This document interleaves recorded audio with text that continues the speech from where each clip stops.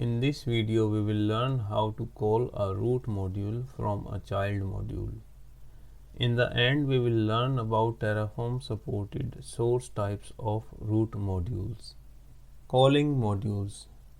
Terraform commands will only directly use the configuration files in one directory, which is usually the current working directory.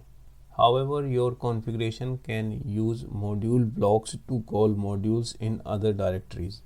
When Terraform encounters a module block, it loads and processes the module's configuration files.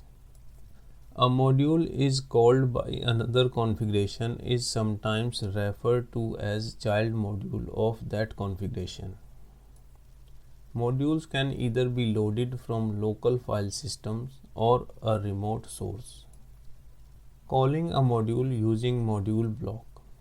A child can call a root module by using a module block with a mandatory field named source in it, where you define the path of source. Here is an example of module block which you can define in your configuration files to use it. In this example, I am creating a front-end VNet by calling a module from Terraform Registry, where the mandatory field source defines the path of that module. Modules can either be loaded from the local file system or a remote source.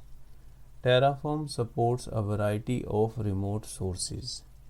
The module installer supports installation from a number of different source types as listed below.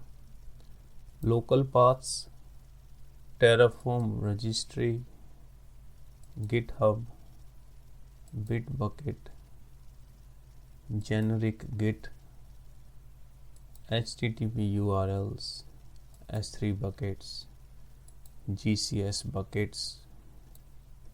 So you can source a root module from any of the above supported sources in Terraform.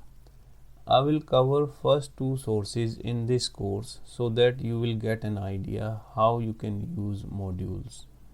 Now we know what is root module and child module.